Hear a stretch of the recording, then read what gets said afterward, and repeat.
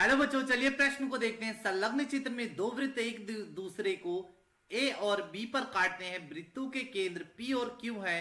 कोण A P B बराबर 90 अंश और कोण ए क्यू बी बराबर 60 अंश है, तो छायांकित भाग का क्षेत्रफल ज्ञात कीजिए यदि एपी बराबर 4 सेंटीमीटर है। इस प्रश्न को हल करने के लिए जो मुख्य अवधारणा होगी, मुख्य अवधारणा, सबसे पहले हम जानेंगे कि त्रिभुज के क्षेत्रफल का सूत्र क्या होता है।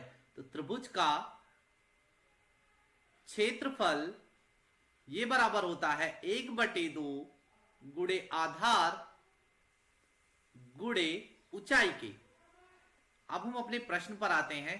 प्रश्न में हमें दो वृत्त दिए गए हैं जो एक दूसरे को ए व बी बिंदु पर काट रहे हैं, और मान लेते एक वृत्त ये है और दूसरा वृत्त ये है। इसका केंद्र P है और इसका केंद्र Q है, और ये कोण 90 अंश है और ये कोण 60 अंश दिया गया है, और AP बराबर 4 सेंटीमीटर हमें दिया गया है, और हमें ज्ञात करना है छायांकित भाग का क्षेत्रफल।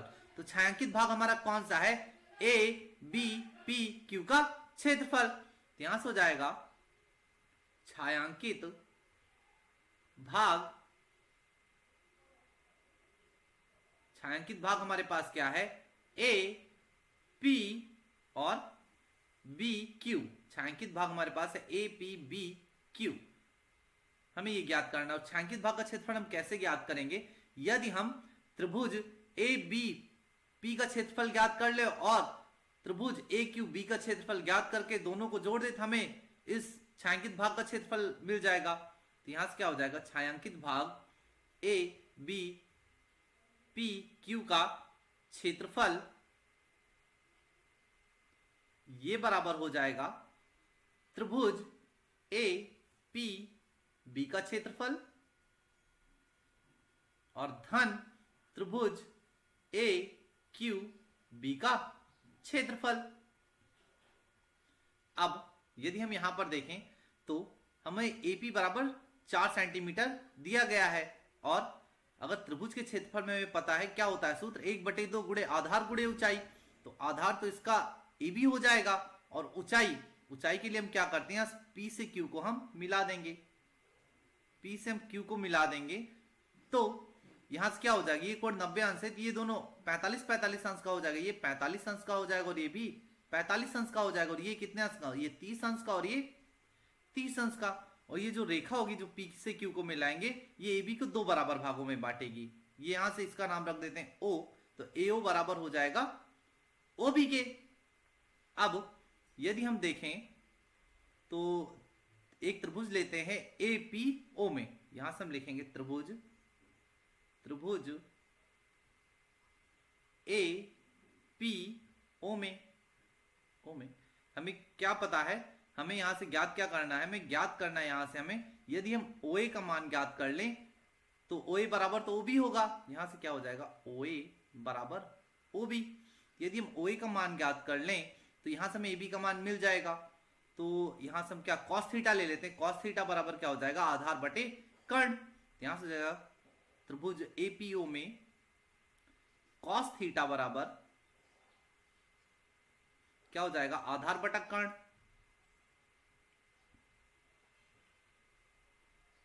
ये होता है। आधार यहां पर क्या हो जाएगा? आधार हो जाएगा OP और कर्ण क्या हो जाएगा? AP। तो यहां पर थीटा बराबर क्या हो जाएगा? कोण दो बराबर भागों में बट रहा है, तो 90 का आधा 45, यहां से थीटा 45, तो cos 45 बराबर OP बटे AP। तो OP का मान तो हमें ज्ञात करना, AP बराबर 4 दिया गया है, और cos 45 अंश का मान हमें पता ही होता है 1/√2। ये बराबर हो जाएगा OP बटे 4। यहां से OP बराबर क्या मिल जाएगा? OP बराबर हमें मिल जाएगा 4/√2। तो यहां से मिल जाएगा 2/√2। तो हमें यहां से किसका मान मिल गया?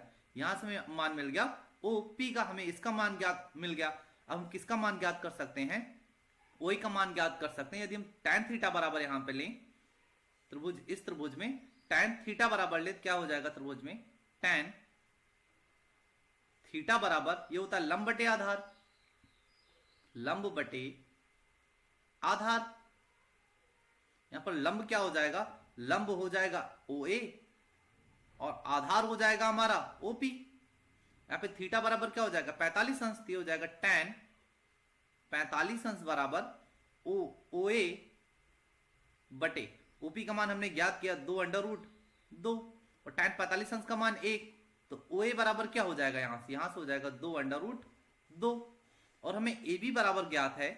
ए बी बराबर क्या होगा यहां से, ए बी बराबर ये हो जाएगा 2 ओ ए के, तो ए बी बराबर हमें यहां से क्या मिल जाएगा, ए बी बराबर हमें मिल जाएगा 4√2 सेंटीमीटर, क्योंकि ए बी का जो भाग है, क्योंकि ए बी बराबर है ओ ए धन ओ बी और ओ ए बराबर है ओ बी के, यहां से मिल जाएगा मैं 2 ओ ए बी बराबर। अब हमें ए बी का मान मिल गया। यदि हम अब त्रिभुज ए ओ क्यू को देखें, त्रिभुज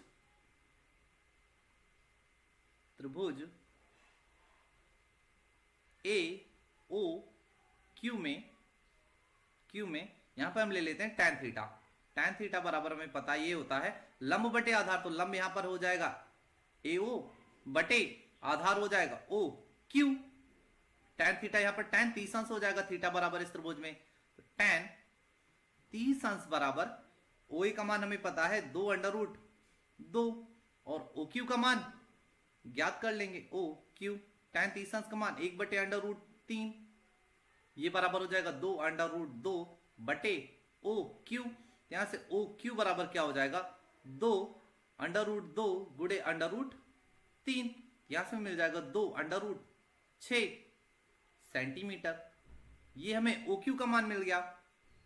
चित्र में देखें, ये हमें ओ क्यू का मान मिल गया और हमें ओपी की लंबाई भी ज्ञात है और आधार भी ज्ञात है, तो हम दोनों त्रिभुज का क्षेत्रफल ज्ञात कर सकते हैं। यहां से क्या हो जाएगा छायांकित भाग का क्षेत्रफल, यदि हम यहां से देखें तो क्या हो जाएगा, त्रिभुज एपीबी का क्षेत्रफल क्या हो जाएगा 1/2 गुणे आधार गुणे ऊंचाई, तो आधार यहां पे हो जाएगा ए बी और ऊंचाई क्या हो जाएगा ओपी, और धन त्रिभुज ए क्यू बी का क्षेत्रफल निकालते हो जाएगा 1/2 गुणे आधार तो इसका भी ए बी होगा और ऊंचाई क्या हो जाएगी ओ क्यू।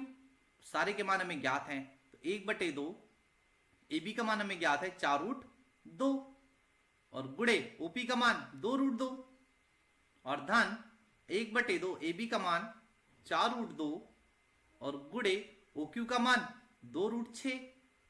अब यहां से काटें, इस 2 से ये 2 कट जाएगा और इस 2 से ये 2 कट जाएगा, यहां से इसको हल करेंगे तो हो जाएगा √2 का गुणा √2 से करेंगे तो 2 आ जाएगा और 4 दूना 8 और धन 4√2 गुणे √6 को लिख सकते हैं √2 गुणे √3, यहां से मिल जाएगा 8 धन और √2 का गुणा √2 से 2, 4 दूनी 8 और √3 का मान प्रश्न में दिया गया 1.73, गुणा करेंगे तो यहां से मिल जाएगा 8 धन 13.84 और ये बराबर इसको जोड़ेंगे तो ये हमें मिल जाएगा 21.84 सेंटीमीटर स्क्वायर। छायांकित भाग का क्षेत्रफल होगा यही होगा, तो दिए गए प्रश्न का जो उपयुक्त उत्तर होगा वो होगा 21.84 सेंटीमीटर स्क्वायर। आशा करते हैं आपको समझ आया होगा। धन्यवाद।